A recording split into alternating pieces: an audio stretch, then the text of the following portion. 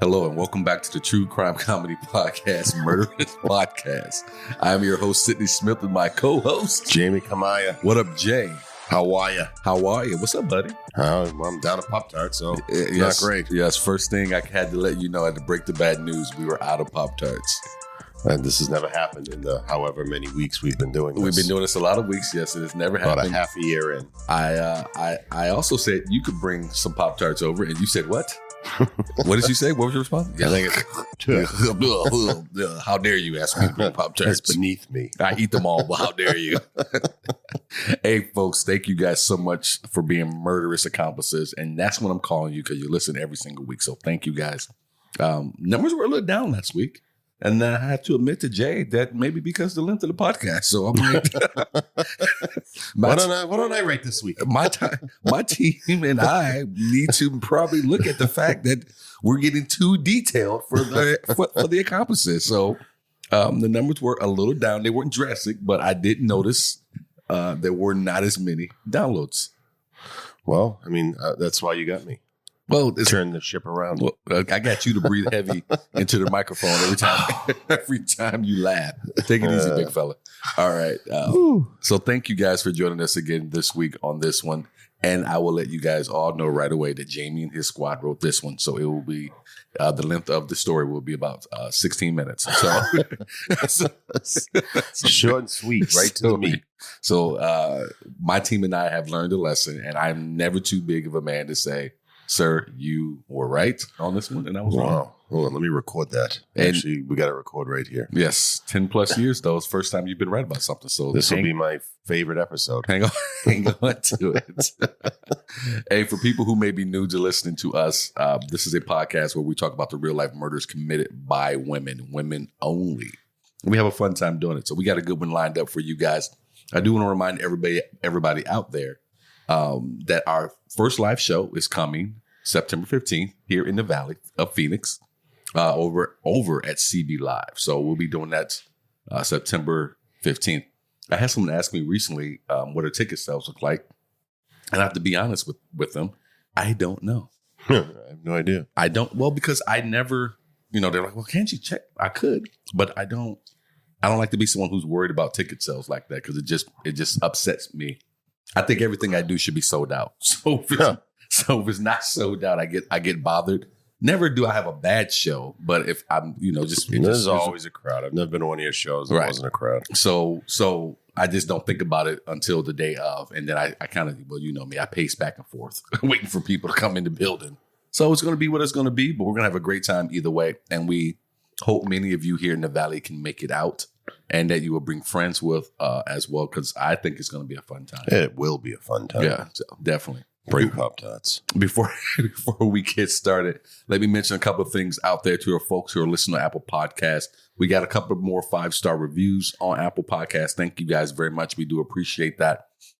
For the folks out there who are listening who have never given us a rating or review, please, if you wouldn't mind dropping a 5-star and a cool review, that would be awesome. We would be so appreciative of that. So any review will do. No. And also don't forget about our Patreon, which you can get to just by going to our website, murderesspodcast.com. That's also where you can go if you want to get tickets to come on out and join us for the live podcast that's coming again on September 15th. All right, man, let's jump into a little something because I haven't talked to you in a few days, and we got the no Pop-Tart fiasco out of the way. Have we? We did because you immediately found a Nutri-Grain bar. That I begrudgingly ate. Well, you did. No, begrudgingly my ass. That thing was gone in a matter of seconds. But I did figure out as long as it has some type of fruit filling, whether real or imagined, you will scarf it down. What do you got for fruit filling? Well, I got fruit. That's filled with fruit. Yes. No thanks. Yes, you have none of that. But yeah, so give us this story with the birthday party, man.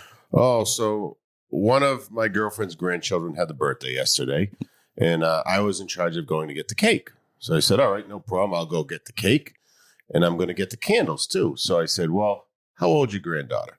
And she said, well, this one's 10, that one's 9. She's 8 years old. I said, okay, I'm going to get a number 8 for this cake. Mm-hmm. So everyone's over there, and I light the candle on the cake, and I'm bringing it out, and I cue, turn the lights off, and everyone starts singing, happy birthday to, and then with that far into the song, and one of the kids goes, she's not 8, she's 7.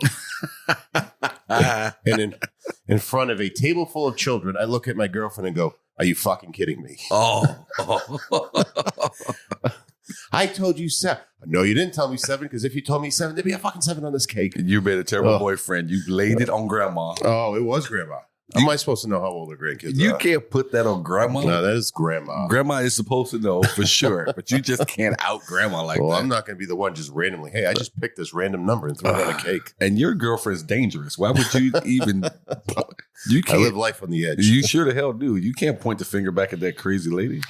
Well, either way, they didn't seem to mind. I love it. The kid's not they could kill us. It's crazy that the kid didn't say it. Like, who's well, maybe I don't think the kids saw it coming because I'm coming around the corner. So, like, other kids saw me before I saw her at the end of the table. Leave it to another kid. It's not 8. He's not 8. She's 7. 7 years old. And then now I started cursing in front of kids. So, well, that's better than me. I wouldn't even been there.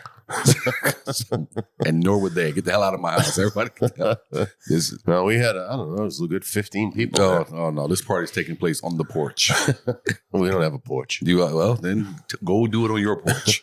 Yeah, pull the cars out of the garage. No kids over here. Neighbor across the street was out walking her dog, and I saw her out with her husband, and Tamara and I are putting the trash cans out front, and Tamara's just killing my poor palm tree out there, cutting everything off of it. But that's another story. Oh, I noticed I was able to walk down your path. Shut up. Today without dodging a tree. It grows fast. But the neighbor brings the dog over and is like, hey, would you guys mind trying to get the dog acquainted with people? And I'm like, no, I don't really care for dogs. I don't want your dog. I mean, it's just like, well, you're a straight shooter, Sidney. Well, I don't, what I want you to, I did eventually walk over to the dog, come over and let the dog sniff me, and the dog was fine. I don't like dogs, and I don't care for children all that much. I would have been laying on the ground with the dog. I know. Hug me. I don't like it because they love the shit out of me because I don't know why they don't understand. I don't care for you. Maybe they know. Maybe they're trying. They sense the anxiety and they're trying to. I don't have any anxiety. I just don't care for you. That's anxiety. Children and dogs, they come over and you get uneasy when they come over. Yeah, I'm not uneasy. I don't want you over here. That's uneasy. That's not uneasy. You're describing uneasy. I'm not describing anxiety is uneasy. 2 different things. I don't like you is not uneasy. That's a pretty firm. You have a lot of built up anxiety, Sidney. That's better than rage. Hey, a friend of ours from Tosos sent me a text a few days ago. Yeah. Friend of ours? Yes. I'm pretty sure he's not your friend. He's not, but I'm being nice on the podcast. But he sent me a text. I tell you about this already? Yeah, you mentioned that. It's hilarious. I thought was out of the blue. Hilarious to me. I wanted to send let everybody know out there, if you are not paying the $6 for Apple TV, then you are wasting your life. All right. It is amazing. They got some great content on Apple TV. Some shows I just love. Octavia Spencer. I believe she's a Oscar-winning actress. She has a great show on there called Truth Be Told this season with Kate Hudson. And let me tell you something about Kate Hudson. She's no Goldie Hawn, but that girl is sexy. I dig her. I like her mother more when her mother was younger. Famous, right? Wasn't that the movie she kind of came out in? I think that was it. And then she did How to Lose a Boyfriend in 10 Days, and she was like that scene where she's in that gold dress with her back exposed. Oh, yeah. And that's it. She is. Even though you can see she's probably done something to her lips and maybe something to her forehead, but is the forehead work done? Well, I'm talking about like the Botox injections. I never knew it went to the forehead. This is new to me. Yeah, women put them in their forehead so their forehead won't wrinkle. Oh, well. Yeah, you didn't know that. I'm going to fire something into the corner of my eyes then. Well, of course they get it done there as well, but they put it right in their forehead. Get them crow's feet going. Yeah. But Kate Hudson, yes, banger. And she's so sexy in this show. And I'm just getting into this next season right now, but it's pretty good so far. But got to check that out. And then you and I were talking about that before. Who is the star of that? Yes, Jason Momoa, who is married to one of my ladies. Oh, yeah, she is. She's a dime. From when I was growing up as a kid, Lisa Bonet. She's in her 50s. She's still a dime. Oh, is she in her 50s? She might be closer to 60, but no, she's definitely not that old. And their daughter, Zoe Kravitz, who, again, not as, in my opinion. Well, not his daughter. Not his daughter. I'm saying her daughter. Yeah. Not as beautiful, but her mom is still her mom. Lisa Bonet is outstanding. But I'm still trying to get my head all the way wrapped around it. Again, watching these factions of people warring and they're blind is a little something from my mind. You're going to be a Momoa fan to begin with, I think, to like the show. If he's not your type of actor, you might not get into it. I don't know if I don't know how Jason Momoa could not be, unless you just don't like action type actors. If you never like Schwarzenegger or Stallone along the way, then you won't like, or The Rock, you won't like Jason Momoa. I think that's, if you don't like that style of actor, you won't like it. Yeah, he's in that category. Yeah, you won't like it then. I think the only thing that keeps him from being maybe a notch up from where he's at as far as probably pay and so on and so forth is The Rock. The fact that The Rock still exists. Still doing it. And still banking money the way he's banking. But the show is a good show. I'm a few episodes into it, but so far, so good. I do dig it. But my favorite thing is Ted Lasso with Jason Sudeikis, or is it Sudeikis? Sudeikis. I think it's Sudeikis. I'm sorry. Jason Sudeikis. Let's go through all the vowels until we get it right. But it's a good show. And you said you haven't seen it. I have not, but I've heard many people rave of it. It is really good. It's a half-hour dramedy. Probably, I guess, given the episode, it may lean more drama than comedy, depending on which one you're watching. But I'm kidding you not. After every episode, I stayed up to 5 a.m. trying to finish season 1 of this thing the other night. Every episode, and I watch TV different for different reasons. I know I keep jumping around, folks. I apologize, but I watch it for different reasons. I'm watching to see how the character arcs are built, the story arc is built, different things like that. How these characters are built up, how's the world built. So those are the different things. But I still get entertainment out of a show too. So I don't want to make it as if I can't get some entertainment out of it. But Ted Lasso, they covers all the gambits for me when I'm watching it. And it's the only show since the Wonder Years that makes me tear up after almost every episode. Well, you're not selling that to me. I don't want to tear up. Dude, it is such a good show. And they do such a good job of making you care about every character within that. Is it like the This show. Is Us? No, it's not like that, man. I've never gotten into This Is Us. I know what This Is Us is about, but it's not like that. It's the most miserable show that in existence. Like, if you just want to cry and feel awful, watch that show. Everybody I know watches This Is Us. They cry. I have not sat and watched one episode of it, but guys and women that I know, they cry. Yeah, I'll cry if I find out you watch that. What, This Is Us? Yes. You don't like the show at all? I gave it 2 shots, and I'm like, this is miserable. Get it off my TV.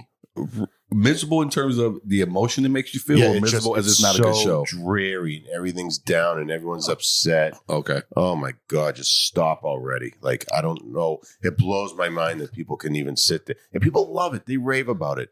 I just cried through the whole show. Can't wait for next week. I'm like, what is wrong with you? Well, maybe they relate to it in some way, somehow. Ugh. It's gross. Is there anything on TV that's ever made you cry? Cry? Yeah, I mean, what? Like TV shows? Not really. I don't really cry at TV shows.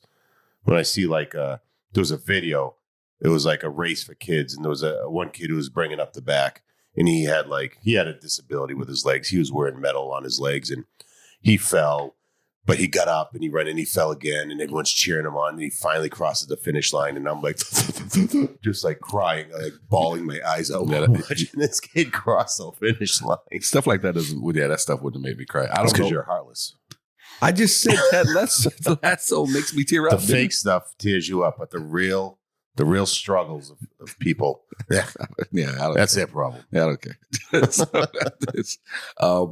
The Wonder Years when I was younger used to make me tear up. You know why?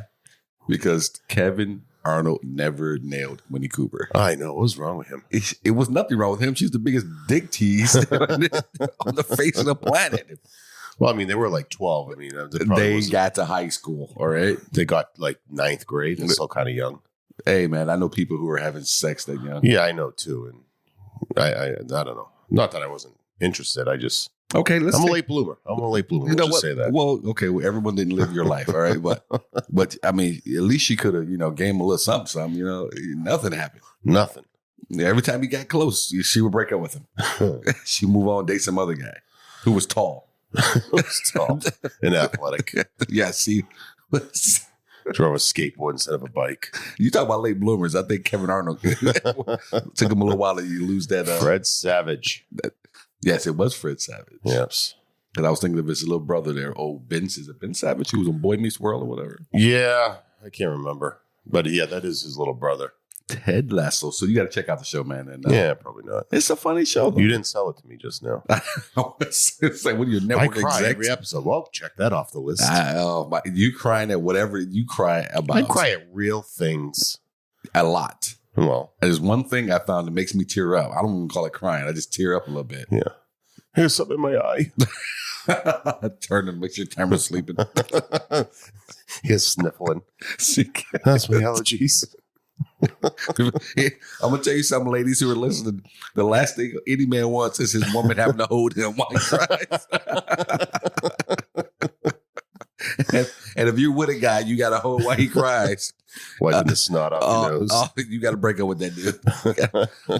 You know the worst thing to see is see a dude crying being held by a woman that's not his mother and watching him rock. Stack up the pillows in case she rolls over. She can't see you. He's in so much angst. He's rocking in her arms as he cries. There it is. The high pitch. He just can't be consoled. There it is. He hit it. Get rid of that dude. And I know Jamie and I are laughing about this, but I mean to get rid of this guy. I know some of you are out there with him. I swear before Jesus get rid of this dude. Wears a class ring. Oh. And that's what we call a callback in the biz. Asexual motherfucker. Hey, for you people out there who don't know the reference, that means you've not been listening long enough. So go back and check out something. And it is the podcast that I titled The Asexual. But yes, man, that dude rocking back and forth crying. The fellas know what I'm talking about too, because we would look down on a dude crying, man. And then be that dude once a new show shows up. We never admit it. Take it to your grave. Then take it to the grave, man. You weren't at the house. You weren't at the house. I don't think you get to be to a certain age and comfortability in life where you even really admit as a man that you even cry about anything. I think it's something that we all lie about as we're growing older. Yeah, I'll cry like funerals and stuff, but that's okay. Like everybody's crying there. I don't cry at funerals. Oh, really? No, I can't even. It's hard for me to think about a funeral that I've cried at. You know what? The last time I can think about crying about anything that passed away was, or anybody, is I had a dog that got hit by a car, and nope, I didn't cry then either. No, not think about it. No. Jeez, I put a dog down. I was a blubbering idiot for a good day. You know, I have family members that are that way, and I'm not really that guy. I cry more for dogs than people, probably. Like I said, on average. We just had a death in the family last weekend. My wife's dad, for all intents and purposes, passed away, and I teared up for her. Yeah.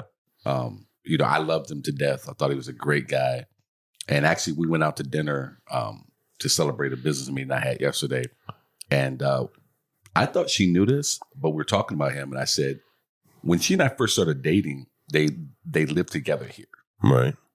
And when he and I met, and I moved here and everything, he told me at one point, he said, "I know I can move, and because she's going to be taken care of, she'll be okay." And I told her that he said that, and she never knew that. I thought she knew that, but that was always something that meant something to me then, and always be something that I hang on to. I mean, got you to tear up a little. Show a little human side, huh? When you said you teared up for her. I teared up for her when he passed away from COVID, and he was in the hospital, and they had to sedate him, but they put her on FaceTime with him so she could speak to him. All right. Well, that's good. At least, I mean, it's not good, but I mean, silver lining, I guess, for the situation. Yeah, because she couldn't be there. The hospital wasn't letting anyone in, but when they felt like his end was coming, that this is happening in Atlanta, they had reached out to his family, say, "Look, anyone who wants to see him, and speak to him, before, you need to come and do that." And so one of the family members had reached out to Tamara and made sure that she was able to FaceTime and have that moment with him. And well, that's good. Yeah, and do that. And I couldn't be in the room with her while she did it. She was over in the guest room, and I was on the other side of the house listening. But started to tear up, man, and for her, because I knew how much he meant to her. And you were like, and vice what is versa. this salty discharge coming out of my eyes? This has never happened before. I almost. Something's wrong. I don't know why, man. Maybe it's upbringing. I don't know what it is. I've just never. It's not like I grew up with some tough dad or tough. Well, my mom was super tough, but not like in terms of you can't cry. I don't know why. It's just not. It's something that's normally just in me. Well, that's good. It's good to know there is a human side to you. I wasn't sure, and now you're telling me I know. Now I know. Now you know. Well, now I got to. Sidney is good people. Is that what you took away from this? As if you didn't know that before. All right, moving on from Jamie finding out that I'm good people. Want to let everybody out there know new merchandise, new podcast merchandise just dropped yesterday. So if you go again to murderesspodcast.com, pick yourself up a tee. If you can't support us by hitting up the Patreon and doing that, I know times might be tough for some people still with the pandemic. We will definitely be appreciative if you supported the show by picking up some merch from us. Again, by going to murderesspodcast.com. I got some more teas dropping within the next day or so. If you're coming out to the podcast show, the live podcast, if you come out, show some support. We would love to see you out there in the audience wearing one of the Murderous Podcast tees as well. But again, you can get tickets for the show, the live show, and you can go to the murder or as I'm fumbling over myself here, or you can get merch also at the same website, murderouspodcast.com. And we should have some more news coming up for you guys real soon about the show. So yeah, man, spicy. I might even be there. Trying to take the show up to the next level in all different kind of ways, and hopefully, many of you will support and be on board with us. Also, don't forget to check us out on IG, Murderous Podcast, and join our Murderous Podcast group on Facebook as well. All right, all that business is out of the way. Jay, thanks for coming, man. Thanks for being here. Happy to be here. Oh, Jesus, don't be really hacking it up. All right, on this week's episode, we look at a woman who was doing life in prison as a result of testimony from a single witness. Her 7-year-old son. Ouch. Is Florida's Mother of the Year, Amanda Lewis. Woo. You know what? I kind of like that intro. That one there. That was not cheesy. Oh no!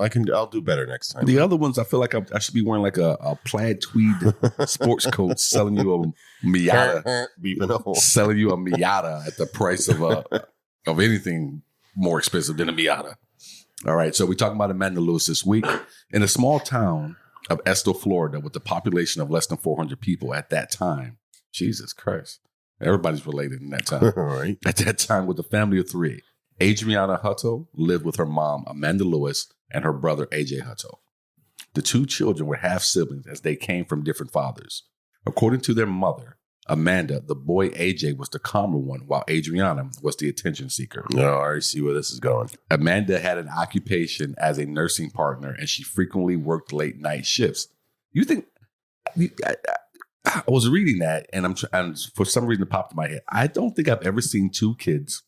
when there's just 2 kids in a family where their personalities are similar. I feel like they're always different. Yeah, well, they're coming from different dads too, so that may play into it. But even if you had played into her favoritism.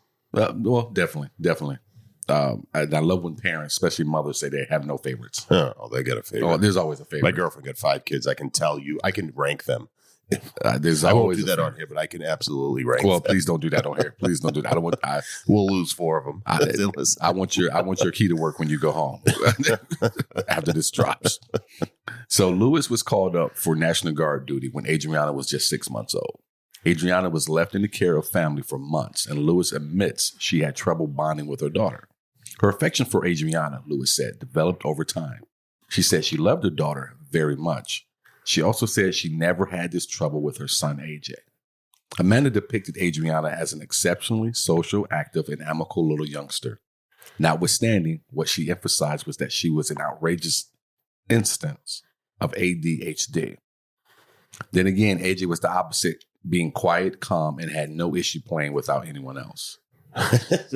He plays alone. I would be more concerned about the kid who doesn't want to play with other kids. Hey man, I was that kid. What are you talking about?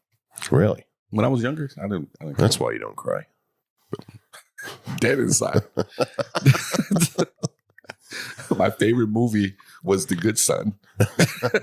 We already know which one you dropped. I'd have dropped that kid. Due to Adriana having attention deficit hyperactivity disorder, raising her was a daily struggle, Lewis said. Her temper with Adriana, she said, was much shorter than it was with AJ. But that's not fair. That's not fair. On the 8th of August, 2007, Amanda Lewis completed her night shift. Worn out as she returned home toward the beginning of the day to have a nap before she began the day, Amanda went to sleep with the youngsters watching cartoons. The kids wanted to play outside, yet keeping in mind that there was a pool in the backyard, Amanda made it clear that they couldn't go near the pool without her supervision. She consistently held the stepping stool to the pool secured away in the shed so that regardless of whether the children attempted to get within the pool, they wouldn't be able to. Well, that's just a challenge. Right, you're not Find stopping something me. else to get in there. Yeah, you're not stopping me. Before Amanda could sleep, AJ ran back within the house and revealed to Amanda that Adriana was within the pool. Snitch. Right? From the outset. Started this kid. Right. From the outset, Amanda felt that AJ implied that Adriana was by the pool. Thus, Adriana didn't think it through and asked AJ to advise her to return inside. Did you and your sister snitch on each other when you guys were growing up? Or were you guys pretty... If we thought we could get something out of it, yeah. Oh, so you guys was turning state evidence on her bit. Yeah, we were. We didn't snitch on each other. My mother to this day is always amazed that we didn't snitch on each other. One person would do something, everybody else knew that he or she did it, and no one would say anything, and we would all get grounded for it, knowing we would get grounded for it, and we would all get grounded. And then you give them some jail yard justice, right? For not taking the blame. So my mother's always, she said, my mother said she never took the heat for anybody. She was a snitch. I'm not getting grounded for someone else. But we never did. So I'd say I wasn't a snitch because I was always the one getting in trouble. Oh, so they snitched on you. Oh, yeah, I got snitched. Oh, I remember my sister taking a piece of candy she shouldn't have, and I snitched. Why? Because they're like, who took this? And she wouldn't admit to it. I'm like, she took it. Can I? Because none of us were going to get any candy. Yeah. So if I snitched her out, she would eventually admit to it. I got a piece of candy. And that's what turns you into this. Yeah, and here we are. This guy. Here we are bitching about no Pop-Tarts. Yes, here you are. So when AJ left, Amanda started to ask why it was taking AJ such a long time to get Adriana back inside the house. Amanda proceeded to look outside and saw that AJ was trying to pull Adriana out of the water. There was a red toy wagon next to the pool and an oven pan floating in the pool next to Adriana. Amanda rushed to the pool and saw that Adriana was face down, turning purple. She promptly called 911 in the wake of an endeavoring CPR on her little girl. The recorded call was chaotic and frantic. EMTs attempted to revive the girl and were able to get a pulse. It was at this point, as the police showed up, that they rushed Adriana to the nearby hospital located in Panama City. Panama City? Yes, Panama City. Florida. Isn't Panama City in Panama?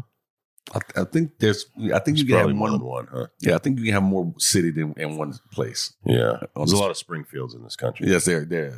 Like there's a lot of Dr. Martin Luther King Boulevards, but usually written under the original name of the street.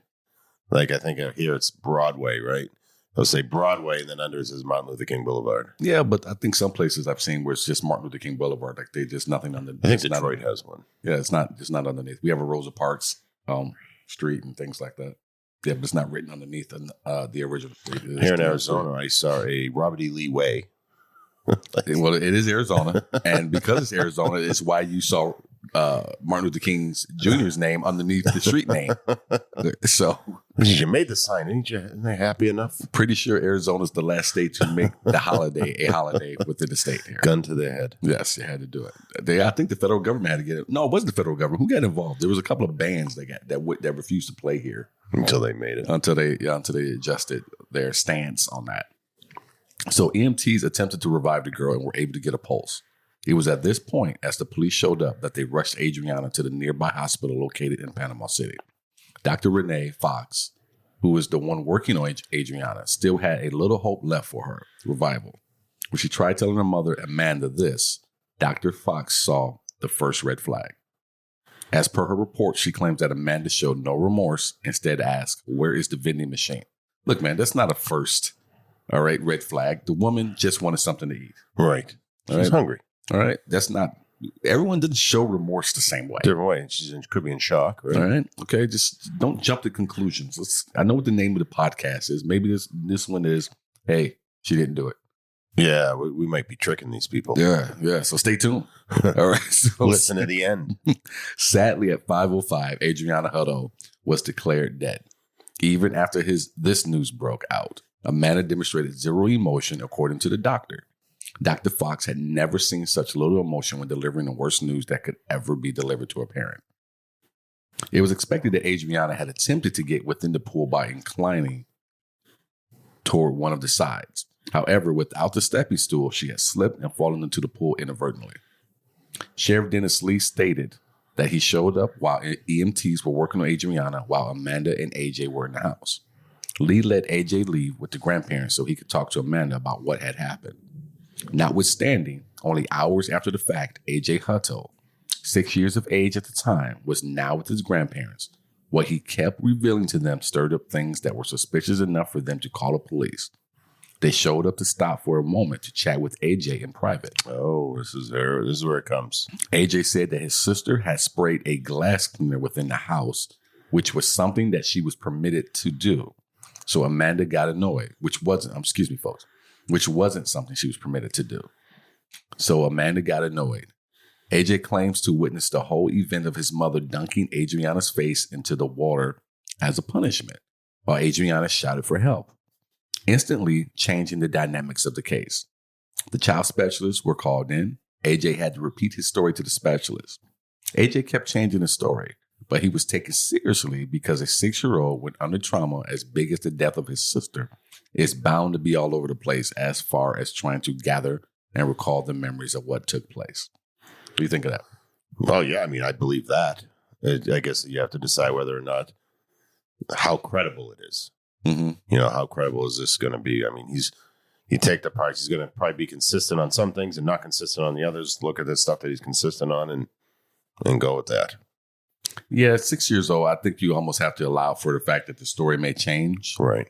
I guess if it doesn't change dramatically, I suppose, which maybe we'll find out here within the rest of the story. I feel like a 6-year-old doesn't even really know how to lie at that point. Well, hold on now. What do you mean? Like he's going to be recalling this stuff in front of investigators, in front of social workers, in front of his grandparents, he's not going to be thinking, I'm going to be making up a story here. He's just going to be recalling the best he can. Yeah, and that's probably something else to take into account as well. The nervousness he probably has being questioned by strangers, and everything come out of his mouth is completely honest as far as he knows. And you know, maybe they don't. I don't know. I'm thinking as I'm picturing you got at least 3 or 4 different adults in the room while they're talking to us, and maybe not. Maybe they only had the specialist in there repeating the same questions, and his story just kept changing. But so. When Amanda was told what AJ had said to authorities, that he believed that mom drowned his sister, Amanda replied in a calm and composed tone, "Well, I don't know why he would think that." Well, she's consistent. Look, now see, I was on your side, Amanda, up to that, but you were too calm with your a little too calm with your rebuke. It was, I don't think. Yeah, maybe I not. don't believe him. So when the investigator asked her son why her son would say that, Amanda said, "Well, he does like to tell stories. He has a very big imagination." It was at this point that Amanda Lewis agreed to a polygraph test, which she passed. Oh. So there's a little... but inadmissible in court. Which is why I don't know why people ever agree to take a polygraph test. Because if you pass it... it's no good. You can't use it. If you don't pass it... you are the main suspect. They're right. They still can't use it technically, but they're all over your ass. And if they ask you and you say no, oh, well, why won't you take it? Well, I just explained it to you. Yes. And I've seen it also where you pass it, they still don't believe it. You must have beat it somehow. I could take one. The questions could be like, "Are you a ginger?" I'd be like, "I'm not taking that test. I don't trust it. I don't trust that it won't make me look bad some way." Oh, absolutely. Absolutely. I would never take a polygraph. You never want to say never a thing, though I can't imagine why I would be seated taking a polygraph test, but yeah, I wouldn't do it. Yeah, because those things measure. I guess they ask you a question, and if you're lying, your heart rate goes up when you're about to answer because you're panicking about lying to them, knowing that the machine might catch you. And if you're giving an honest answer, your heart rate doesn't really change much, but you could be nervous as hell. But there's a reason why they're not admissible in court, and again, I don't know why you would even ask someone to take one, other than you're trying to prove in your mind what you already have in your mind. Right. You already think you wouldn't ask an innocent person to take one. Or maybe they ask them just to see what the reaction would be to the question itself. of taking one and say, okay, you're not want to take one. All right, we're going to look at you even deeper now. I know, but my point is, if I thought you were innocent, I would never ask you to take a polygraph test, right? Yeah, So, I guess so. But some people, if they're not sure at all, if you're 100% sure they're innocent, yes, but they have no idea at this point. no, but listen to me. Listen, if I believe, whether I believe 51%, if I believe that you're innocent, I'm not asking you to take a polygraph test. Well, you got to be like 100% sure, not 51%. That's all I need is to have some feeling inside me that I think you're telling the truth. Yeah, but I mean, your gut's only going to get you so far. It's not. I don't know. As a detective, I would ask the question. I would want them to take it. As a person being asked, I would never take it. Right, but you're not going to ask someone you believe to be innocent of something to take it. Is my If point. I'm 100% certain, no, There's I wouldn't ask. There's no 100% these guys work with. 95, but I mean, 51 is not close enough. Okay. 51 means you don't know. I'm giving you 51% at being the least. Okay, so you're not That means 50, someone 50. has a gun to your head, choose they're guilty or innocent. Other than that, you're not sure. No, I think you're completely wrong about this, and I think you're arguing for the sake of arguing. Send us an email. No, you're not going to ask someone if it's one iota in you that feels like that person is not guilty. You're not asking someone you believe to be innocent to take it. Is my point. So if I agree with you. So if you're asking someone that you already have a preconceived notion to be guilty of whatever crime, then you are going to take that test and turn that test and make that test into whatever you want it to be. Yes, but to fit your preconceived thoughts. Yes, especially if I think they're guilty. But if I think they're innocent, I have to be like really certain they're innocent, not just like, hey, I have an idea. I'm sure there's questions you can ask to solidify your mind one way or the other. This might be our first fight on this. I'm not even arguing with you. Are the arguing? fact You of are arguing I'm with talking me. about the percentage of How rightness. can you say you're not arguing with me? You are The percentage of rightness. Is this what a Bailey has to go through? The Because base of the argument I agree with. this is complete. It's the percentage. You folks are getting an insight into 51%. That's not enough. You guys are into the marriage here that's between Jamie Kamaya and I here. You guys, this will be the last episode. Couldn't be doing this into a Pop Tarts in the cabinet. So that's what it is, your passive aggressive biatch. It's coming out now. My blood sugar's low. Feisty. Jeez. All right. So an investigation was now focusing on Amanda Lewis. It was discovered that Amanda didn't have a decent connection with her little girl because of the way that Adriana wet her bed at any rate once per week. And this drove Amanda exceptionally crazy. Speaking with neighbors and other folks who had been around the family at different times, the police affirmed that the children were potentially abused. If not, they were most likely neglected. At the point when examiners looked through Amanda's home, things promptly didn't appear to be correct. The entire house was filthy and smelled of urine, confirming the neglection. There was not a single toy, and this gave them an understanding of how Amanda had been treating her kids. Smelling of urine, that's disgusting. I'm caught up on the no toys. I'm caught up on the fact that they don't have any toys, but you're in a house with a pool that they can't use. Right. Hey, here's the greatest toy any kid could have. Can't use it. Lewis said she stored her children's toys in the shed to punish them for not cleaning their rooms, but crime scene photos of the structure showed no toys. To add to these warnings, Amanda Lewis had been a mother previously with a child named Alex while being 17. At the point when he was only 1.5 years old, Amanda found him on the floor, not breathing and not moving. Oh, God. Ultimately, the child passed away. So she may be, I think it takes 3 to be serial, but she may be a multi. Alex's death was determined to be a result of a startling seizure. But that as it may, after Amanda lost her second daughter, people find it difficult to conclude Alex's death as well. Yeah, well, it makes sense. Absolutely. Yeah, I mean, it calls everything into question. She clearly has a short temper. Well, yes. After a month, Amanda Lewis was arrested for first-degree murder. Half a year later, a trial was held to see whether Amanda could be released or not. 6 months after Adriana's death, A.J. Hutto, now 7, served as the key witness in the murder case against his mother. A.J., who at first didn't recognize his mother in the courtroom, broke down crying on the stand. Oh, that's sad. What, that he didn't recognize his mother? Yeah, and then once he did recognize her, he started crying, a little brain like that, trying to put all that together. Yeah. That's sad. That'll hit my heart. That'll tug at the heartstrings. Okay, I need you to pull it together. We got a few more pages here to go. Can you maintain? Let's do this. Don't cry at my house. AJ, being the only witness and the one holding this case together, changed his statements multiple times 27 times to be precise. Now, do you have a problem with that? That's a lot of changing. Yeah, that is a lot of changing. But I mean, I don't know what counts as a change. Just like the back and forth, like yes, no, or just adds a different detail each time. Prior to the AJ taking a stand, the prosecution reminded the court that this was a young boy who was going to be coming into a room of strangers and that he was going to do his best to recall the events of that day. You can't put that boy on the stand then. You don't get to remind these people of all this nonsense. Yeah, they're kind of like either he's ready to go or he's not. Greasing the wheel to have sympathy for this kid and just take whatever he does because you feel bad for him. Look, man, I believe anyone who commits a crime or murder should be in jail. I think I'm pretty fair on that and been pretty even on that for the length of this podcast. But some of the stuff that these prosecutors try to pull in some of these episodes drives me absolutely up the wall, and I have a real problem with it. Again, like you said, greasing the wheel before you get into what you're doing. Right. Yeah, they're definitely greasing the wheels for this jury to think a certain way. It just bothers me. But that's what they're supposed to do. I guess it's up to the defense to fight that. Yes, I suppose so. So at that point, it would be up to the jury to give his testimony the credibility that they felt it deserved.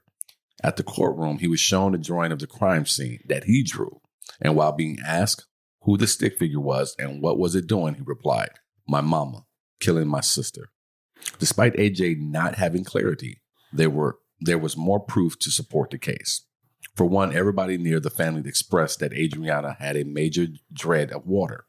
She was spookily terrified of suffocating and could never be any place close to the water on her own.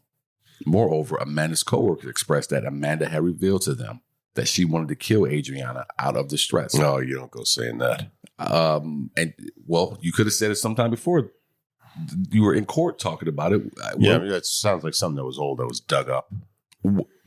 Yeah, but where were you people at when she said it? Right. Who were you reporting this to? You always write these ones that gets me. I've told my kid I'm going to choke slam him before in front of people, but hopefully that won't come back to bite me. Let me get my phone over here. Save this I point. only got a couple more years before he can kick my ass. I'm going to get it in now. I was going to say, he's bigger than you now. I'm pretty sure he can He's probably take taller. Yes. Well, I got a few pounds. You got a few pounds. That doesn't mean anything. The kid's been doing martial arts for many years now, and he's taller than you, and he's deadly quiet. Yes, he's plotting. Yes, so watch your back. Well, when I asked him that one day, how old do you think before you can kick Dad's butt? No hesitation, 19. Like he's been thinking about this number. He's had it in his head. Didn't he kick you in the balls at request without even hesitation? Do we have to go back to this? Yeah, we do, because these are all the things you need to be. I made a stupid post that said, if this gets 100 likes, I'll post a video of my kid punting me in the stones. Yes, you did. And at like 150, you had to post the video. You did. And so that's what I'm saying. But he had no hesitation. He didn't try to talk you out of it.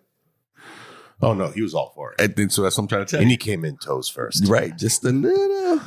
He came in toes first, man. Oh. So I can testify.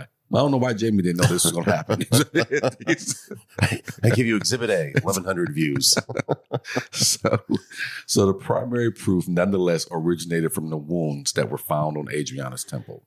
These wounds were reliable with AJ's version of what happened about how Amanda continued putting her hand over and dunking her within the water.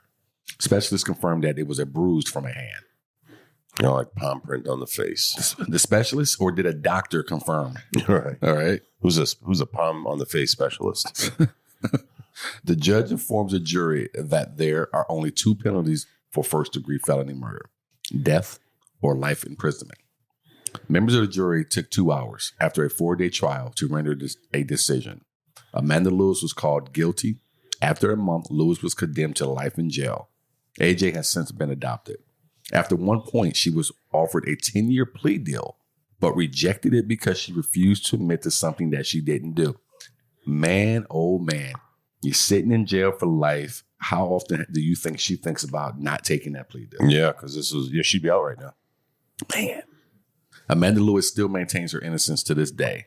Larry Bassford, who in the long run prosecuted the case, claims Adriana's drowning was actually a punishment that went excessively far. As he brought up, the pool was 32 to 35 inches tall, and Adriana was 47 inches tall. Well, I like that bit of evidence right there. Why? Just stand up, and there's no way she could have drowned. Mm-hmm. Off the chance that she fell into the pool coincidentally, all she needed to do was stand up. The children's grandfather, Billy Hutto, told ABC News that somebody was coaching AJ to say his mother drowned Adriana. Hutto's wife, Debbie, agrees and claims AJ's step-grandfather, Charles Burns, coerced AJ into pointing the finger at his own mother. Burns denies the accusation.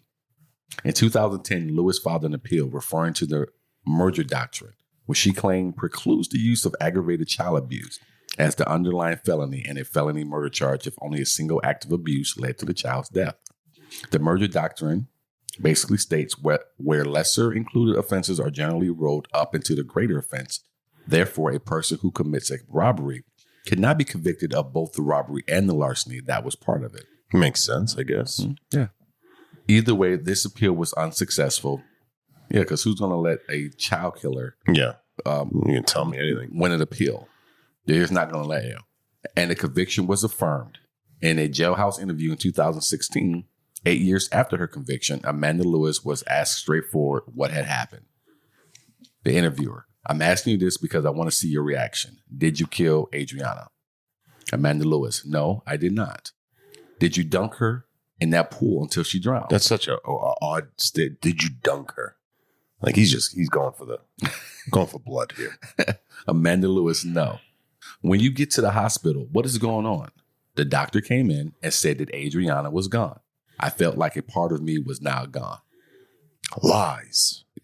Where you at with this, man? Where you stand? Are you with or against in this one? I mean, you hear about all the neglect and stuff like that, so it makes me have little sympathy to even think about whether or not she did this. I feel like, I think she did. See, that right there is why they don't let certain things into court. Into cases. I'm easily influenced. You just took something such as the smelling urine, and the kids had no toys, which, and I'm not making light of it because I'm someone who that would be neglect, right? But you just took that, and because you know that it's easy for people like you, and I'm not saying anything negative about you. So when I say like you, I'm not talking about mayonnaise at all. I'm talking about white people. I am not talking about white people. I'm talking about any person. This is why they don't let certain things into the courtroom, because you guys get into your heads that this, and then they say, and so that means this. And you guys say, yeah, that does mean this. And it does not necessarily mean it just this. Sounds like it's out of the blue. You have to paint a picture of this woman. No, right? you got to paint a picture with the facts of what happened, not with what you not with all these breadcrumbs that you want to lead to what you think happened. No, but those are more. I would call those more than breadcrumbs. I would not call those more than breadcrumbs. I would probably be one of those people. It's like pieces of cake.